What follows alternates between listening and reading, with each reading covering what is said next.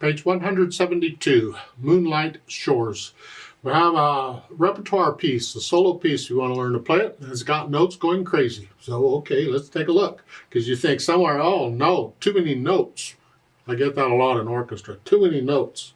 Well, we look at it and see if we can make some sense out of it. Because when you learn to take broken chords as a group rather than individual notes, it makes reading the music a little easier or less difficult depending on what direction you're going. I'm just going to go through the process I use for learning a piece of music, and let's see what we end up with. They have some words up there at the top, and you can do that stuff if you want, but I'm probably going to cover most of that in this process. I look it over. I want to get an idea of how long it is. This is 2 pages long. Okay. Now, it could have repeat signs and junk in it. I don't care. I just want an overall idea of how much music I'm going to have to learn. The clef signs are treble and bass, at least to start. They could change. I don't care, but at least to start is treble and bass. The key signature is no sharps or flats, so we're in the key of C major, at least to start. It could change keys in the middle of it. I don't care. Just to start. And when a piece changes keys, there's a couple ways it can do it. It can change key by changing key signatures, or it can change a key by using accidentals for everything. Either way. But to start, we're in C major. And 4/4 time signatures, so these eighth notes, 1 and 2 and 3 and 4 and. Now the hands are pretty much playing one hand at a time. To shorten this video, I'm going to take both hands together because usually when I start a piece of music, I'm going to play it one hand at a time first. And then I go put the hands together, and a lot of times it's almost like starting over. That's all right. Whatever it takes. So I'm going to take both hands together. The left hand starts here, right hand. And I'm sort of looking for patterns, repeating patterns, something that can help me out through this. If you look at this left hand, since it's only playing the first beat of each measure, what it's doing, it's these. Then. That's what it's doing until I get down to what measure, I don't know, 9, you come up here, what's the 4 chord? Back to the 1 chord, and then we go. It's moving around a little bit. Okay, the right hand's got all the other stuff, and it's just, I'm sort of in that position, but I'm moving around with each measure, although I seem to be staying pretty much in a 5-finger position. So it's 1 and 2 and. Next measure. During the rest, the right hand comes up. Do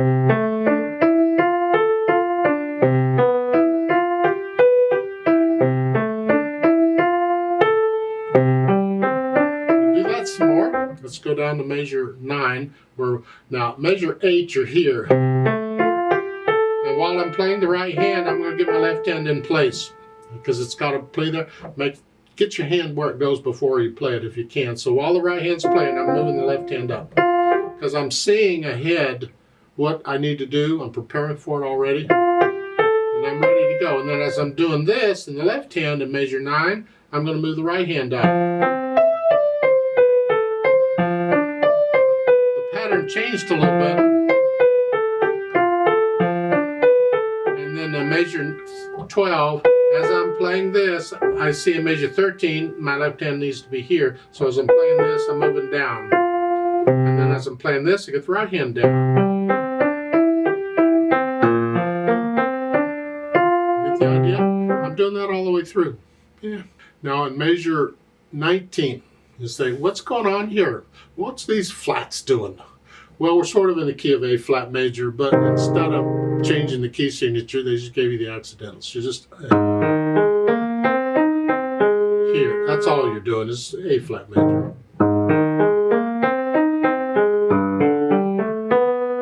Need the natural sign in the B in the next measure. It's a natural anyway, but it doesn't hurt being there. Then back here. Okay. Now take a look at measure 25. You see the top staff has rest. There's nothing there. The bottom staff gets all the notes. And in one way of looking at it, you say, okay, then the bottom hand's going to play it all.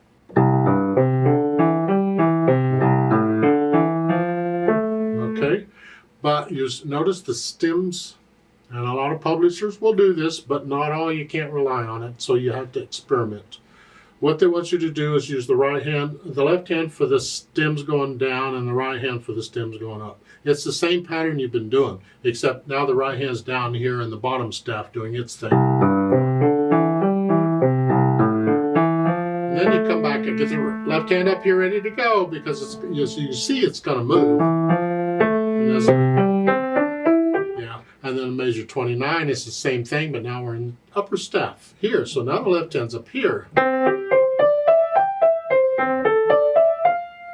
Now, I would like to connect these notes. And this is measure 30. If I do that, I can't connect that. So I don't want that fingering. Instead, I'm going to stretch out a little bit. 4 through 5. I'm going to do that so I can connect the notes. I just adjust a little bit. Here, and then while you're holding that down, you're going to do that. Okay. And that's basically the piece for the notes and the rhythm, sort of. So then I go over it slowly. I'm going a little fast because I've been doing this forever. But you go as slow as you need to go. Use a metronome if you need to, and make sure there are no hesitations anywhere. These eighth notes are steady all the way through. A steady beat. Speed is not important right now, but no hesitations. And you've got to look down sometimes when you're moving, but only while you're moving when you need to. Otherwise, keep your eyes on the music. Then once I have that, I'll think about the articulation. This apparently is very connected. However, I think that sounds choppy. Now keep in mind that that curved line can be used for slurs and phrases and other things. So you have to decide, is this a slur or a phrase? A slur tells you to connect the notes within the slur, but you don't always separate them. You don't always lift up before and after a slur. Depends on the music and what it needs. A phrase, you're going to lift up before and after a phrase most of the time. But you don't necessarily connect the notes within the phrase, because I can have staccato notes in the middle of a phrase. A phrase is just a musical thought or a musical sentence. So you have to decide, are these musical thoughts or are these slurs? Or both. Could be both. In my opinion, these are just slurs. The actual thought, the musical thought, seems to be about 4 measures long here.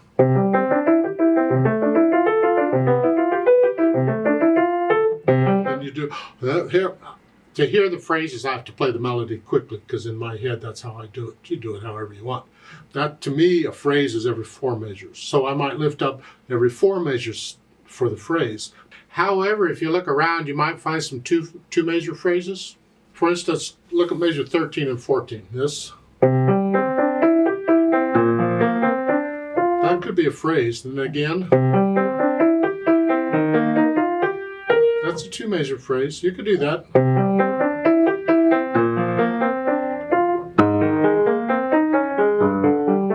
So it's like in there, they're 2 measure phrases. You feel it. But otherwise, I'm going to connect all this together. These slurs, I'm not going to lift up before or after each slur. And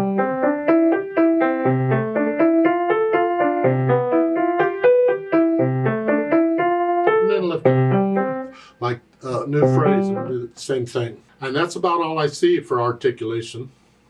Then the dynamics, the melody, which is everything.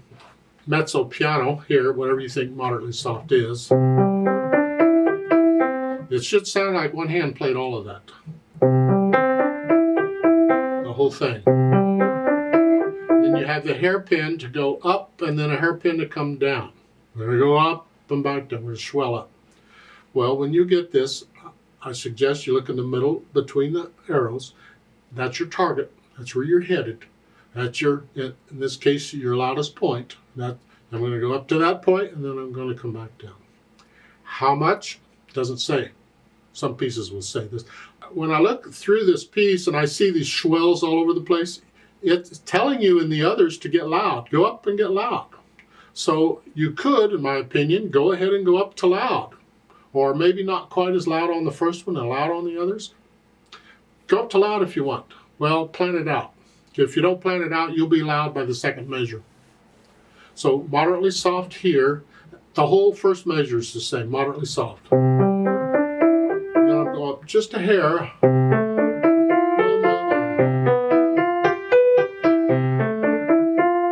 See, the third measure is moderately loud up to loud, and then fourth measure starts loud and then comes back down. Do the whole mess again. Now, another way of handling this long crescendos and diminuendos is to look at patterns in the music. If it's a sequence, and this is sort of like a sequence because you've got this pattern going up. This pattern going, and then at measure, 9 or so, you're coming down. Anyway, you're coming down. Each occurrence of the pattern can get a little louder. So it's like at the beginning, the first pattern, which is the first measure, is moderately soft. Then the next pattern, the next occurrence of it, just a hair louder. Again, louder. Now, so it's like each occurrence of the pattern within the sequence changes. So at measure 9, I'm loud. Well, it's a long day crescendo now to measure 13. So it's like each measure is going to get a little softer. And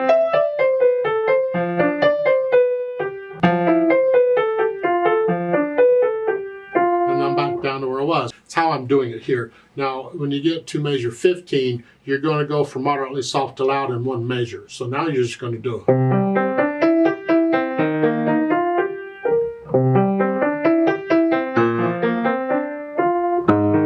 And measure 19, careful, because you're at moderately soft and you're going to go down and die away, probably to very soft, because there's also a polka rit there, means to slow down a little bit. So you're soft here, very soft, and then back up to moderately soft like you were at the beginning. And lift up, it's a new phrase. Yeah.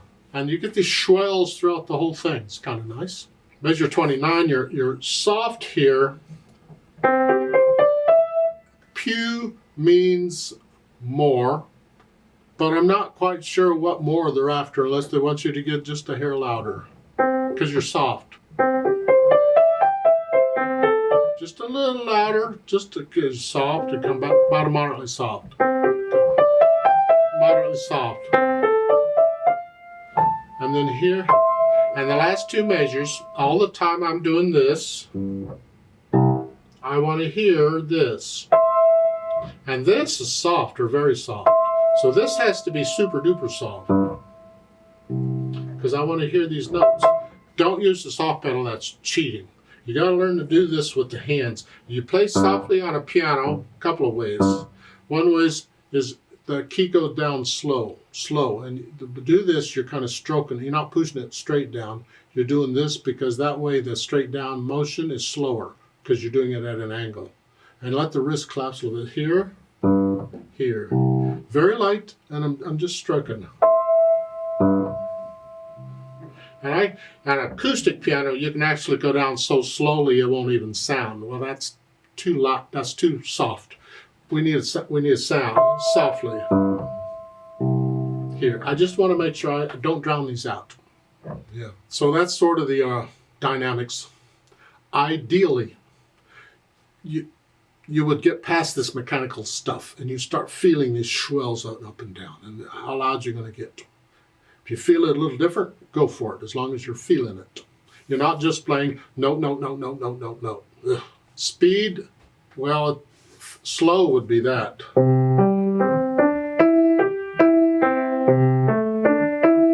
And that's fine when you're first learning it and getting rid of the hesitations. But that's too slow here. And then fast would be, that's totally, that's not what the Moonlight is all about.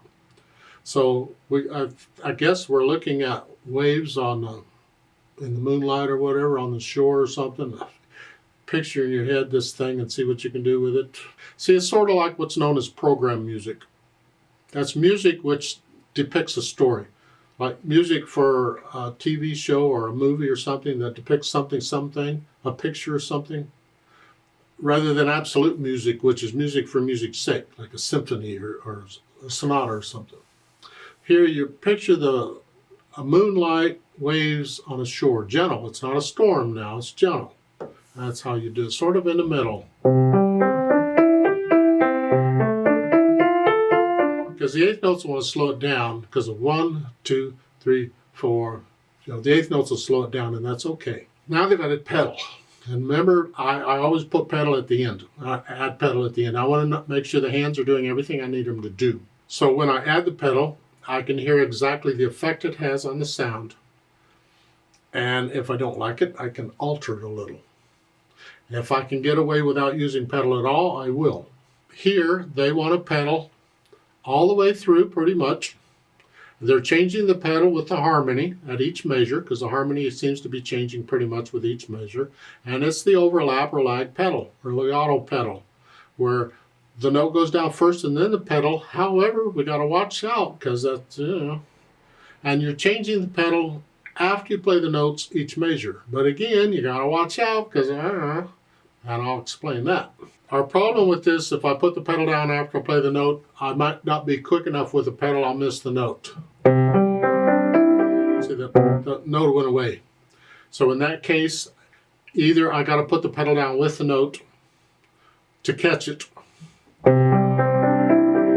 problem is then I can't overlap, because in the next measure I want to change the pedal after I play the note, not when I play it. It's dangerous to do it when you play it. It's better to overlap it. So, to fix this problem, I'm going to finger pedal the first note in all these measures. I'm going to pretend it's a quarter note and hold it down. This way, I'm holding it down long enough to catch it with the pedal. I don't have to worry about it. So then,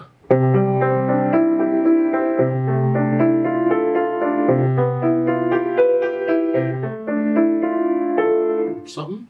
Now, if you want to hear the phrasing, measure 4.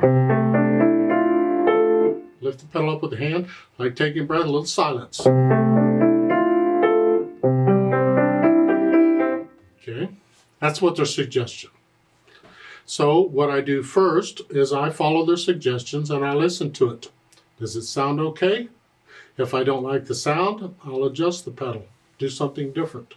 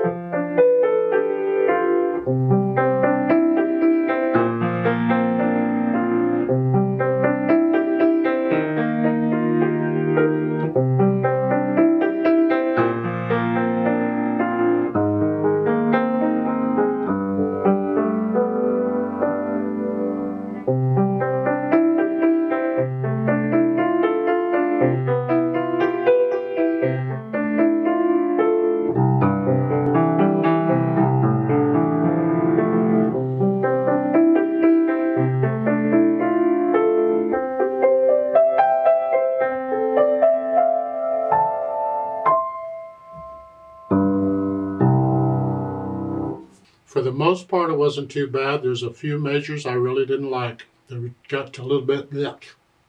For instance, in measure 20 here, I'm slowing down and dying away. I'd like to lose some of that sound. So maybe I'll change the pedal. Well, first try just lifting it up. What's a sound without pedal? So maybe I just pedal the eighth notes.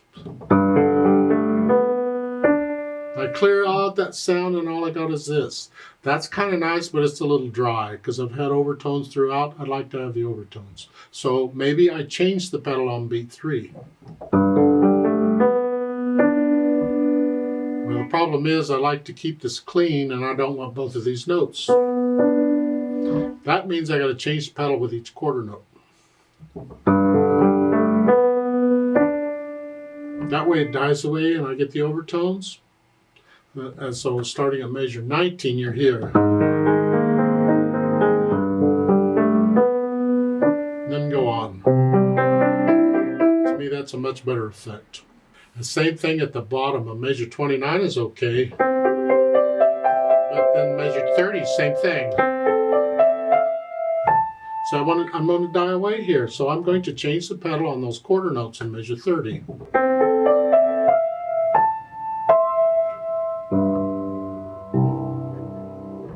Like so. Now you may ask, well, what about these other measures that are similar to those, like measure 16? I'm going there. Why don't I change the pedal on those? And the reason is because I'm not getting really soft and dying away. I'm not slowing down. It's clear. There's a difference here. And I want a difference in the sound. And that's interpretation. Remember the natural accents? 1, 2, 3, 4. Exaggerate them if you need to.